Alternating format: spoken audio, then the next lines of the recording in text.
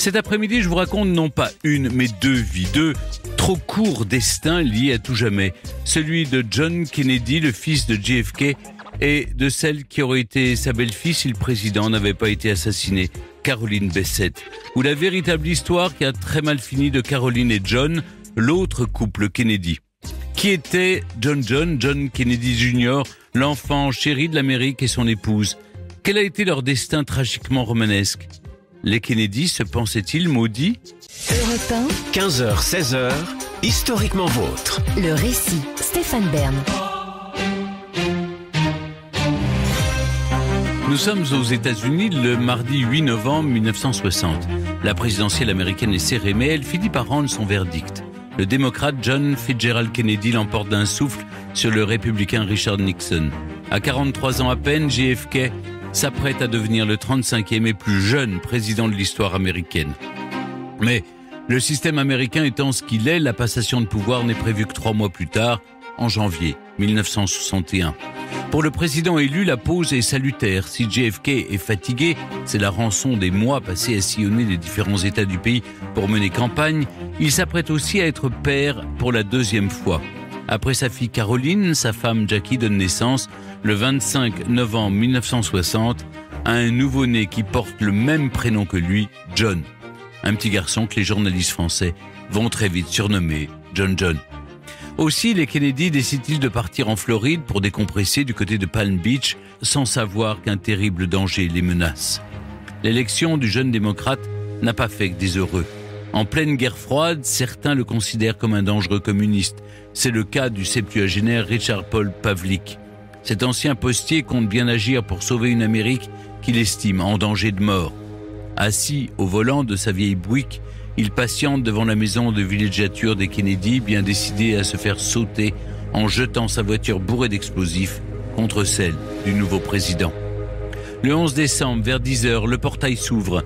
Pavlik enclenche la première, mais s'arrête brutalement. JFK est au volant, mais il n'est pas seul. Jackie est à ses côtés et elle porte John Kennedy Jr. dans ses bras. Tuer sa femme passe encore, mais réduire un nourrisson en poussière, impossible. La rage au cœur, l'homme renonce pour ce jour-là. Sa chance est passée et il est finalement arrêté avant de pouvoir mener une nouvelle tentative. Sans le savoir, John Kennedy Jr. vient de sauver la vie de son père, ce qui n'empêchera pas la tragédie de s'inviter dans son existence, qui sera malheureusement, et comme celle de son père, trop brève. 36 ans après l'assassinat de JFK à Dallas, John Kennedy Jr. va mourir, et son épouse Caroline Bessette avec lui. Comme si la malédiction des Kennedy avait voulu tuer à nouveau, à une génération d'écart, en frappant Caroline et John, un couple qui fut à sa manière l'un des emblèmes de l'Amérique des années 80, aussi glamour que celui formé avant eux par JFK et Jackie Kennedy.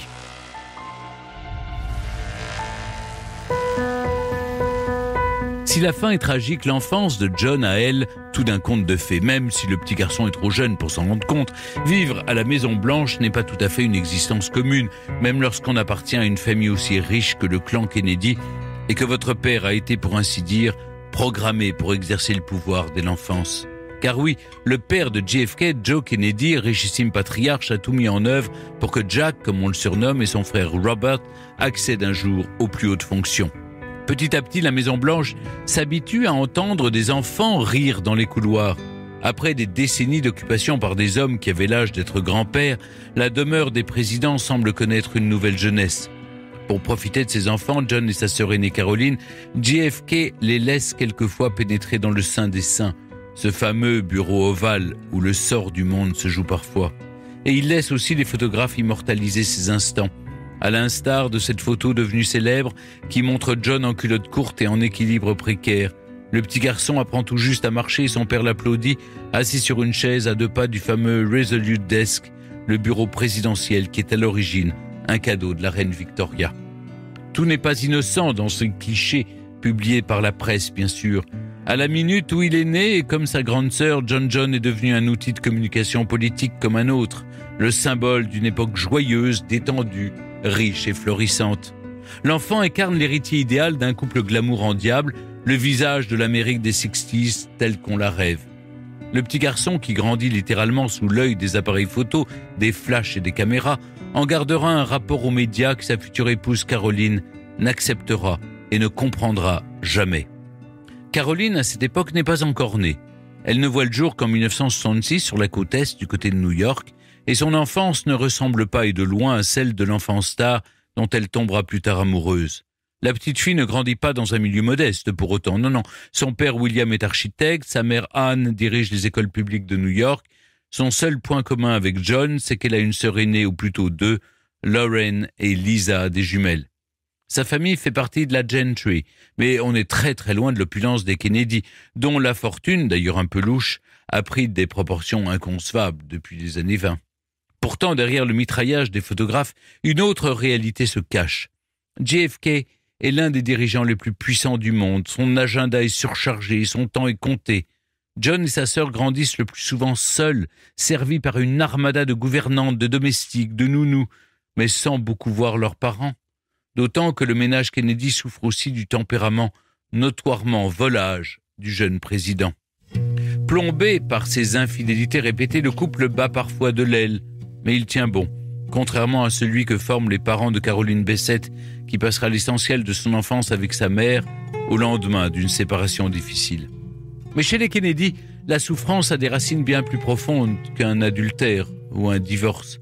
Avant de donner naissance à John et avant lui à sa sœur, le couple présidentiel a connu l'invraisemblable douleur de perdre un premier enfant, Arabella, morte à la naissance. Et 3 ans après celle de John, le couple traverse un autre drame en août 63 avec la mort de Patrick, un petit prématuré qui ne survit que 2 jours. La mort pèse déjà sur le clan Kennedy. Et le 22 novembre 1963, du côté de Dallas, la faucheuse frappe à nouveau. À cette date, la nouvelle campagne présidentielle s'annonce et John Fitzgerald Kennedy est en tournée avec Jackie dans la capitale du Texas pour y lever des fonds.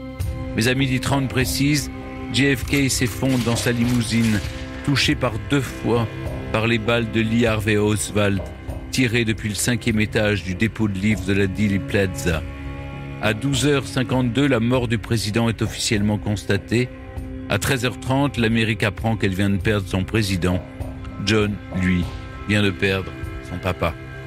Le 25 novembre, jour des funérailles du président, c'est une image, encore une, qui saisit le monde entier paralysé par l'émotion. Celle de John Kennedy Jr. qui lâche un instant la main de sa mère pour adresser un salut militaire au cercueil de son père qui passe devant lui. Le petit garçon, qui a très exactement 3 ans ce jour-là, connaît le pire des anniversaires qu'un enfant puisse connaître. Dan Farrell, le photographe qui a pris le fameux cliché, résume d'une phrase ce qui ressort de la minuscule silhouette du garçonnet qui paraît seul au monde, au milieu de la foule qui l'entoure. C'est la chose la plus triste que j'ai vue de ma vie. Au lendemain de l'enterrement de JFK et de cette image qui a ému le monde entier, le conte de fées vire à l'aigre. Sa désormais veuve, Jackie Kennedy, doit céder sa place à la Maison-Blanche et un couple habitué des lieux, le vice-président Lyndon B. Johnson, désormais à la tête des États-Unis, et de son épouse Claudia. L'ancienne First Lady se réfugie à New York avec ses enfants, Caroline et John, dans l'espoir de leur offrir une enfance un peu moins exposée. La vie semble reprendre son cours, mais la destinée s'acharne. Le 5 juin 1968, Robert Kennedy s'apprête à célébrer sa victoire aux primaires démocrates de Californie quand un militant de la cause palestinienne lui tire 2 balles dans la tête à bout portant. 5 ans après JFK, c'est son frère qui tombe sous les balles d'un assassin. Pour Jackie Kennedy, c'est trop de sang, trop de larmes, trop d'angoisse aussi. Elle a ces mots durs. « Je déteste ce pays, je méprise l'Amérique, je ne veux plus que mes enfants vivent ici. S'ils tuent les Kennedy, mes enfants sont les premières cibles. Je veux quitter ce pays. » Quelques mois plus tard, celle dont tout le monde pensait qu'elle finirait son existence dans le culte de son mari mort, se remarie avec un armateur grec, Aristote Onassis. Jackie, désormais Onassis, s'installe en Grèce un temps avant de regagner finalement New York et le pays qu'elle avait fini par mépriser quelques années plus tard avec ses enfants. En 1980, l'année de ses 20 ans, John Kennedy n'est plus le petit garçon dont le salut a fait pleurer l'Amérique. C'est un athlète au corps dessiné par la pratique du kayak et du frisbee, un risque tout dingue de sport qui dépasse le 1m90 pour 90 kg de muscles et de testostérone. John est magnifique, magnétique, célèbre et riche. Pour citer notre invité Stéphanie Desor, qui raconte son destin dans son livre « Il n'est pas beau, il est pire ». D'ailleurs, les filles tombent comme des mouches et comme son père avant lui, John Kennedy ne se prive pas de les attraper au vol. Sa future épouse, Caroline Bessette, lui donne la réplique avec un léger décalage, puisque la jeune fille n'a encore que 14 ans en 1980. Mais son port de tête et son élégance altière font rapidement des ravages dans les années qui suivent, comme son sourire immense et son regard bleu glacier, semblant venu d'un autre monde. À peu près à l'époque où John boucle sa thèse en droit, Caroline commence ses études à la Boston University. Avec son physique de mannequin, elle jouit d'un charme tout à la fois froid et incandescent qui jette les hommes à ses genoux. Caroline n'a que l'embarras du choix. Et son regard capte celui de John Cullen, qui sera bientôt l'une des figures de la LNH, la Ligue professionnelle de hockey. Mais les liaisons dangereuses ne sont jamais loin. Caroline trompe son amant avec l'un de ses coéquipiers. La gentry n'apprécie pas, on jase, et la réputation de Caroline se fait sulfureuse, ce qui lui vaut les remontrances de sa mère qui serre les cordons de la bourse. Caroline doit travailler, et elle s'en tire à merveille. Après avoir tenté le mannequinat, elle se fait engager comme vendeuse pour le magasin Calvin Klein de Chestnut Hill à Newton dans le Massachusetts. Sa grâce, son assurance et son style font le reste, et il ne lui faut pas très longtemps pour gravir les échelons à vue d'œil, à Boston puis à New York, où elle dirige bien vite la publicité du magasin le plus emblématique de la marque, celui qui accueille des stars du petit écran comme Diane Sawyer ou des actrices comme Annette Bening. Et en parlant de stars, John Kennedy de son côté ne perd pas de temps non plus. Sa fortune, sa notoriété, son nom et son physique lui permettent de mener une existence qui pourrait paraître superficielle. Son clan tente régulièrement de le ramener à la politique, mais John se contente du service minimum. Un gala de charité par-ci, une montée sur scène par-là pour soutenir l'un de ces innombrables candidats démocrates que le clan Kennedy produit à des rythmes industriels, et c'est à peu près tout. Quand il ne travaille pas pour le bureau du procureur de New York, Kennedy Jr. se promène de tapis rouge en tapis rouge et de restaurant chic en club à la mode, toujours en bonne compagnie. Cindy Crawford lui tombe dans les bras, Madonna aussi, mais celle qui est alors l'épouse de Sean Penn a le malheur de ne pas plaire à Jackie Kennedy, et l'histoire tourne en eau de boudin. Qu'à cela ne tienne, John se console dans les bras d'une immense blonde, ce n'est pas Caroline, pas encore, c'est Daryl Hannah, la réplicante de Blade Runner et la sirène de Splash. D'autres noms s'affichent régulièrement à la une des tabloïds, dont ceux de Grace Jones, de Julia Roberts et de Sarah Jessica Parker, la future Carrie Bradshaw de Sex and the City. C'est sans doute elle qui résume le mieux ce qui va avec le fait de porter le nom de Kennedy. Après sa rupture avec John, elle déclare que sortir avec lui revient à sortir avec un homme qui appartient au domaine public. En mai 1994, sa mère, Jackie Kennedy, meurt à l'âge de 64 ans. Un an plus tard, son fils en a lui 35, quand, en train de lasser ses baskets devant chez lui, il croise une blonde incandescente dont le regard polaire le liquéfie sur place. « Who that girl? Qui est cette fille ?» demande John à la cantonade. Cette fille, vous l'avez compris, c'est Caroline Bessette. Et le coup de foudre qui suit marque le début de l'une des histoires d'amour les plus météoriques et les plus tragiques aussi des années 90. Lorsqu'il rencontre Caroline en 1995, le trentenaire vient de lancer George, un mensuel qui compte bien dépoussiérer la presse magazine en mélangeant la mode, le people et la politique. Les magazines, John et Caroline, en font aussi la couverture, souvent malgré eux. Le début de leur histoire attire les paparazzi comme la confiture attire les mouches. Lorsqu'on les surprend en train de se baigner en amoureux sur une plage de Nouvelle-Angleterre, le monde entier se pose la même question que John. Qui est cette fille? Ou pour citer le toujours très élégant Boston Globe, qui est la fille en string? Cette fille qui vient de mettre à genoux le plus beau parti de l'Amérique.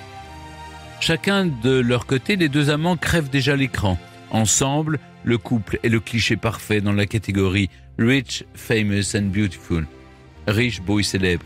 Mais la sœur aînée de John, l'autre Caroline, fait sans doute partie de ceux qui voient déjà se dessiner les premières fissures d'un couple sous tension. Les deux Carolines ne s'apprécient guère et passeront les années qui suivent à se regarder en chien de faïence. Ce qui surprend le plus le clan Kennedy, c'est que tout va très vite. La rencontre de John et de Caroline date donc du début de l'année 95. En avril, Caroline emménage dans le loft de John au cœur de Manhattan. Le 4 juillet, John demande Caroline Bessette en mariage. Caroline le sait, intégrer le clan Kennedy a un prix. La jeune femme n'a jamais craint la notoriété, mais ce qui l'attend se classe au niveau supérieur. Le couple ne peut pas faire un pas dehors sans être suivi. La frénésie qui les entoure n'a sans doute qu'un équivalent dans le monde, en Grande-Bretagne, celle que subit Lady Diana Spencer, la princesse de Galles. Tout le monde n'est pas armé pour supporter une pression pareille et Caroline, bientôt Kennedy, en souffre assez pour chercher des compensations ailleurs. Son insouciance perdue, elle semble la chercher dans la drogue et l'alcool, un régime qui ne calme pas sa jalousie récurrente. Le plus beau cadeau que John puisse faire à Caroline dans ces conditions, c'est un mariage secret et discret. La tâche relève pour ainsi dire de l'impossible. Et pourtant, l'argent peut tout, y compris permettre d'échapper quelques heures à la furie médiatique qui entoure le fils de JFK. Dans la biographie qu'elle consacre au couple, Stéphanie Desor relève que l'organisation du mariage vire à l'opération militaire. L'avocat de John fait signer des accords de confidentialité à toutes les personnes concernées. Traiteurs, chauffeurs, capitaines de ferry, employés de l'hôtel, chefs de la sécurité, tous sont tenus au secret. Ils sont mobilisés mais ignorent pour qui et pourquoi. Le nom de code de l'opération est D-Day. La date est inconnue, le lieu une île mystérieuse dont on protégera les plages et les marinas. Et ça marche. Le soir du 21 septembre 1996, aucun journaliste indésirable n'est de la noce qui se déroule sur l'île isolée de Cumberland en Géorgie à la lueur des bougies dans une minuscule chapelle en bois. Seul accro, la cérémonie commence avec du retard pour la bonne raison que Caroline a eu un peu de mal à passer sa robe de mariée, mais l'attente en valait la peine. La mariée est à couper le souffle. Quelle robe! Si on en parle encore aujourd'hui, c'est pas par hasard. Elle a été dessinée par un créateur de Cerruti encore peu connu, Narciso Rodriguez. Le jeune homme s'est surpassé avec cette longue robe moulante en crêpe de soie blanc-perle d'une valeur de $48 tout de même, mais c'est bien connu, quand on aime, on ne compte pas. Si le mariage est splendide, les années suivantes sont plus difficiles. Pour le business déjà, le magazine George voit ses ventes décliner, John a beau se battre, son journal bat de l'aile au moment où son couple traverse une série de crises profondes. Kennedy Jr. a du mal à supporter la jalousie de son épouse, qui lutte par ailleurs contre son addiction à la cocaïne. Caroline, elle, se plaint régulièrement de ne pas pouvoir faire un pas dehors, sans être suivie par une nuée de photographes qui, depuis le mariage, les ont vite retrouvés. Pour évacuer la pression, John trouve, lui, refuge dans une activité qui l'envoie aussi en l'air, mais d'une bien plus jolie manière, l'aviation. Une passion qu'il entretient en obtenant sa licence de pilote en 1998. À 39 ans, ce n'est pas l'activité la plus risquée que John a pratiquée, mais c'est pourtant celle qui va se solder par un drame. Le soir du 16 juillet 1999, John Kennedy décolle du New Jersey pour se rendre au mariage de sa cousine Rory dans le Massachusetts. Le vol qui survole l'Atlantique ne doit durer qu'1 heure et personne ne s'inquiète de voir le petit Piper Saratoga décoller à la tombée de la nuit avec John aux commandes, accompagné de Caroline et de sa sœur Lorraine Bessette. Mais la brume désoriente John, qui finit par s'égarer avant de perdre le contrôle de l'appareil. Vers 21h40, le Piper s'écrase dans l'océan, devenu aussi dur que la pierre, au terme d'une chute vertigineuse d'une 20aine de secondes. À cette vitesse, John, Caroline et Lorraine meurent instantanément. À terre, il faudra plusieurs heures pour qu'on accepte l'inévitable et plusieurs jours avant que l'épave ne soit découverte. Ce que toute l'Amérique redoutait est arrivé. Le clan Kennedy vient de vivre une nouvelle tragédie qui réveille les rumeurs qui courent depuis si longtemps sur la dynastie maudite. Il faut bien avouer que les tenants d'une malédiction qui pèserait sur la famille Kennedy ont toujours eu du grain à moudre. La mort de John et de Caroline en 1999 à 39 et 33 ans n'est jamais qu'un épisode de plus au milieu d'une longue série de drames et de scandales qui s'étirent sur plusieurs décennies. À l'assassinat de JFK et de son frère Robert, il faut ajouter le triste destin d'une des sœurs Kennedy, Rosemary, victime à 23 ans d'une lobotomie qui l'a laissée handicapée mentale pour le restant de ses jours. Et ce n'est pas terminé. David Kennedy, l'un des 11 fils de Robert, est mort d'une overdose de cocaïne en 1984. Et plus récemment, sa petite cousine, Saoirse, a été tuée par la drogue en 2019. Maeve Kennedy, une petite nièce de JFK, s'est-elle noyée en 2020 par accident avec son fils de 8 ans dans la baie de Chesapeake. Cette triste liste fait que le nom des Kennedy n'a jamais disparu des radars aux États-Unis. Et la meilleure preuve en est que John Kennedy Jr. peut se vanter d'avoir rejoint la longue liste de ces célébrités que certains croient toujours vivantes, quelque part avec Elvis Presley et Marilyn Monroe. Voici 3 ans, une étrange histoire est venue témoigner de cette fascination intacte. Le 2 novembre 2021, plusieurs centaines de personnes se sont réunies à Dallas, à l'endroit précis où JFK avait trouvé la mort en 1963. Tous en étaient convaincus. À 12h29, soit l'heure exacte du premier tir, John Kennedy ferait soudain son apparition, 22 ans après sa disparition, au large de la côte est américaine. Bon, visiblement, ils l'attendent encore. Mais aussi étrange que la théorie puisse paraître, elle n'est ni la seule ni la première. Le 4 juillet 2020 déjà, jour de la fête nationale aux États-Unis, la rumeur avait couru que John était sorti de sa tombe pour arpenter les sommets du mont Rushmore. D'autres bruits, plus étonnants encore, avaient couru. En s'appuyant sur quelques photographies, certains avaient même affirmé que l'un des gardes du corps de Donald Trump n'était autre que John Kennedy Jr. lui-même, mais le crâne rasé. Évidemment, personne n'est apparu par miracle et les tenants de cette curieuse prophétie en sont restés pour leurs frais.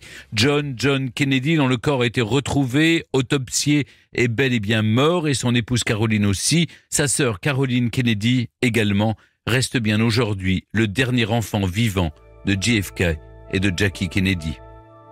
Mais comme toutes les théories du complot, même les plus improbables, celle-ci en dit long sur la puissance d'un nom à jamais inscrit dans la mythologie de l'Amérique contemporaine.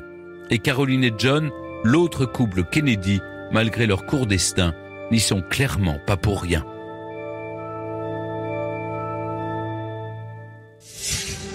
Europe 1, historiquement vôtre.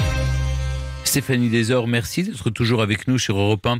Peut-on faire destin plus tragiquement romanesque que celui de John Kennedy et de son épouse Caroline Bessette?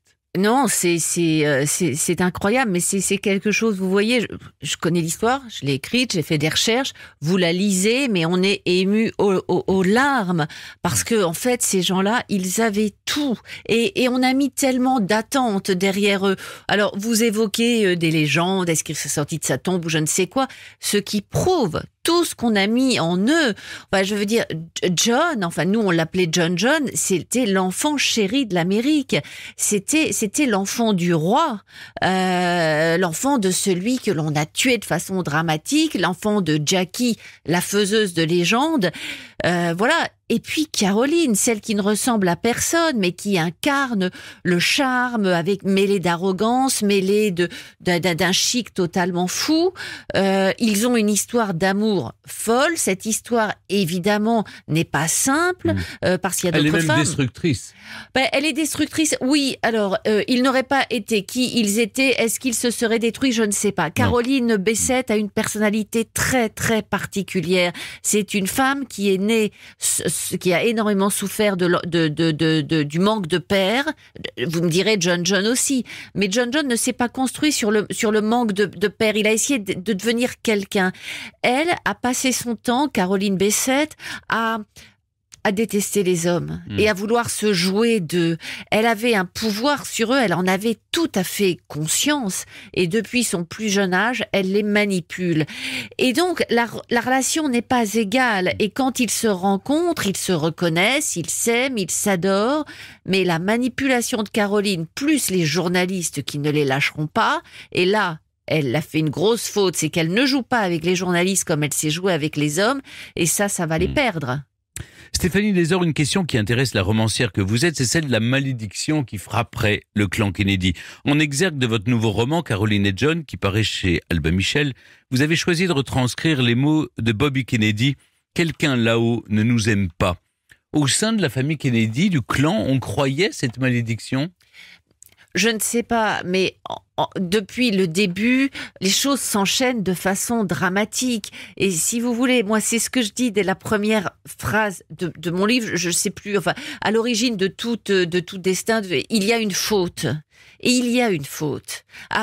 Alors, Joe Kennedy a eu des enfants qui ont tous terminé plus ou moins de façon dramatique. Il y a quelque chose, oui, moi je crois à la malédiction. Alors après, on peut jouer avec les mots, et voilà. Mais cette famille Kennedy, ce sont quand même les rois de l'Amérique. C'est la famille royale. L'Amérique n'a pas de famille royale, ni rien du tout. Elle s'en est inventée une. Vous les retrouvez tous, n'oubliez pas.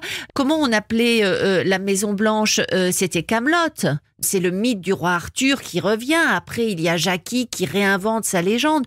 Dans votre texte, vous disiez, le jour de l'enterrement, le petit John fait le salut militaire le plus triste de l'histoire. C'est vrai, sauf que il ne le fait pas. On lui a appris. Pendant les 2 jours précédant l'enterrement, sa mère, Jackie, a dit à la nourrice, apprenez-lui, quand le cercueil passe devant, il doit faire son salut militaire. Tout est fabriqué pour inscrire la légende. John Kennedy se croyait immortel. C'est ce que vous dites dans le livre. C'est ce qu'il a tué aussi. Il se croyait différent. Il pensait qu'il allait y échapper parce qu'il n'avait pas les mêmes attentes que ses oncles ou que son père. Eux, c'étaient des animaux politiques. Oui, c'est le pouvoir qui les intéressait. Absolument. Et donc, on sait ce qui arrive à John, à Bobby, on sait moins ce qui arrive à Ted, qui ne pourra pas prendre la suite à cause du scandale de Chappaquiddick. Et donc, tous les regards vont se tourner vers John. Sauf que lui, c'est pas du tout ce qu'il veut.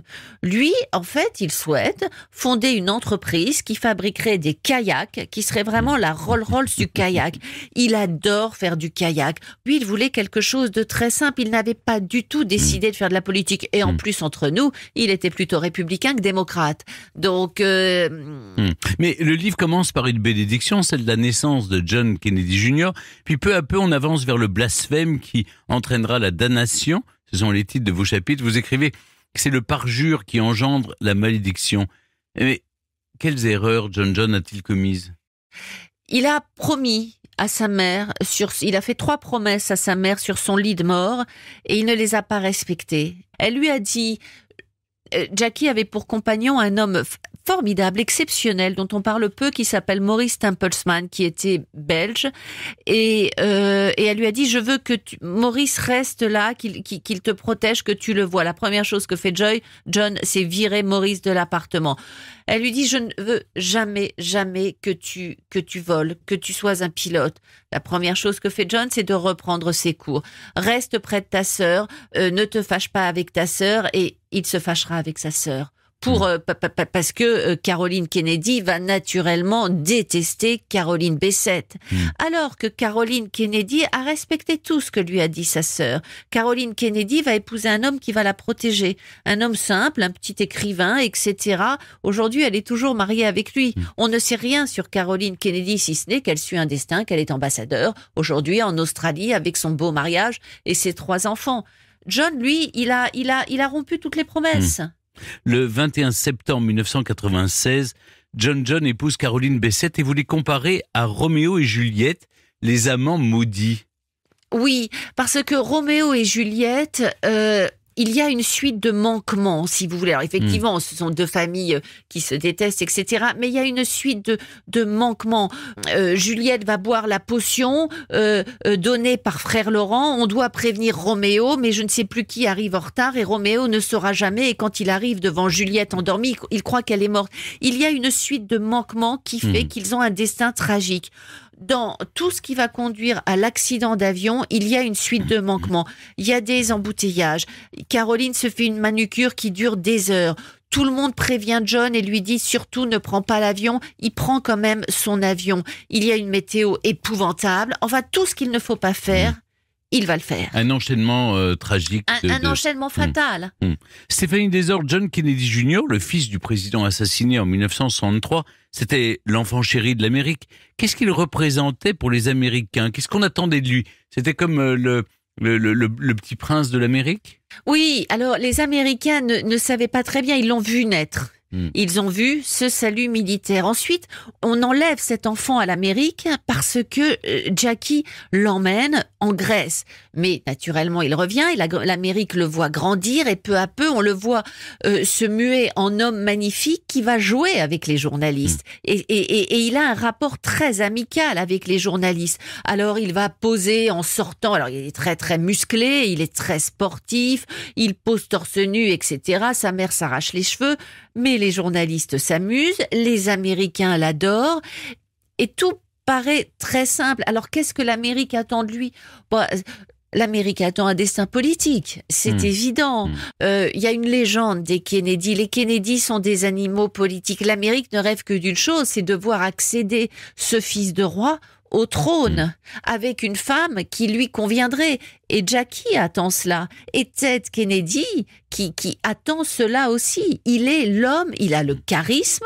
En plus, quand il prend la parole à des conventions démocrates, très souvent, et si vous voulez, alors c'est incroyable, parce qu'il sait parler en public, il sait plaisanter avec le public, et la salle est inondée de son charisme. Donc oui, on attend un destin national.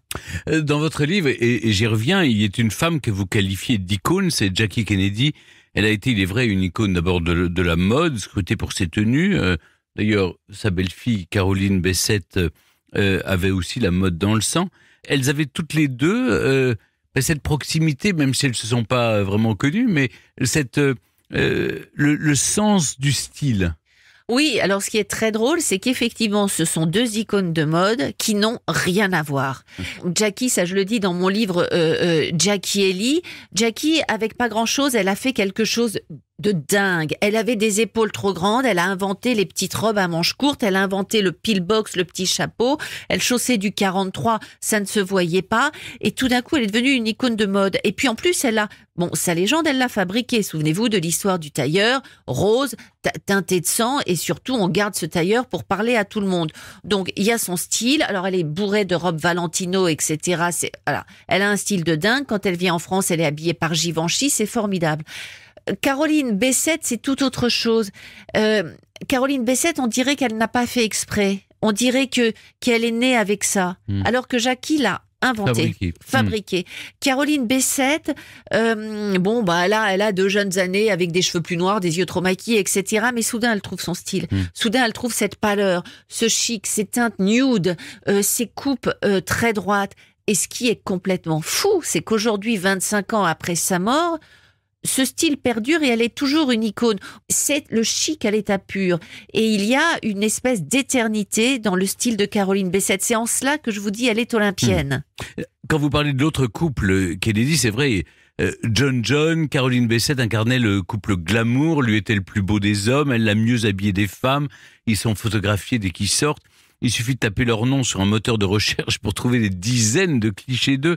Vous êtes inspiré de toutes ces photos pour travailler vos personnages et écrire les scènes, parce que c'est comme un film. Alors absolument, notamment si vous voulez, il y a une photo du mariage. Et cette photo du mariage, c'est extraordinaire. D'abord, on voit l'amour. Alors lui, il l'aimait comme un fou, ça c'était sûr. Mais elle, on voit cette photo et oui, elle aime l'homme qu'elle est en train d'épouser. Et donc, oui, je m'en suis inspirée. Puis il n'y a pas que des photos, il y a aussi, et c'est là où travailler sur avoir pour héros de romans des personnages de notre époque, c'est formidable parce qu'il y a des vidéos. Et les vidéos, vous avez leur voix, vous avez leur mouvement. Il y a notamment des vidéos où ils se disputent.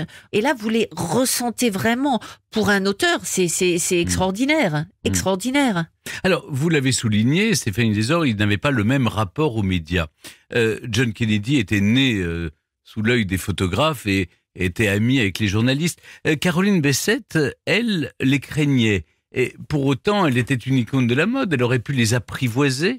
Alors voilà, ça c'est une des grandes questions. Je me suis toujours demandé, elle aurait pu les apprivoiser. C'est une manipulatrice, elle aurait pu. Elle ne l'a pas fait, je ne sais pas pourquoi. En fait, tout commence avec le retour du voyage de noces. Quand ils reviennent de voyage, jusqu'au voyage de noces, ça va. Quand ils en reviennent, tous les photographes sont là et tout d'un coup, elle devient une bête traquée. Et donc ensuite, ça va augmenter et il va y avoir quelque chose d'horrible. Ça va être la mort de Lady Diana. On sait ce que les photographes ont fait à Lady Diana. Caroline croise Lady Diana aux funérailles de Gianni Versace. Elle voit cette foule de photographes, ça la terrifie.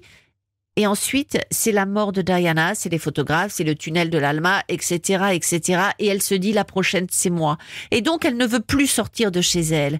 Et donc, elle s'enferme avec ses copains stylistes et voilà. Et les rideaux sont fermés. Et là, c'est la drogue, l'alcool, voilà. Alors que pendant ce temps-là, John travaille. John, il a un magazine à sauver. Il se bat pour trouver des investisseurs. Caroline, elle ne fait plus rien. Elle a abandonné son job. Elle est femme d'eux. Elle se perd et elle n'ose plus sortir de chez elle. Stéphanie, le 16 juillet 1999, il y a donc ce tragique accident d'avion qui a coûté la vie à John et Caroline Bessette. Quelle fin alternative la romancière que vous êtes aurait imaginée pour eux?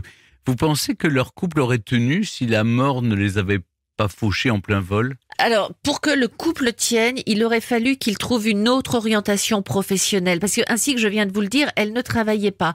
Ce que Ted Kennedy a dit à John, si tu te lances en politique, vous serez protégé. On en fera une première dame. Et donc, je ne sais pas, personne ne sait.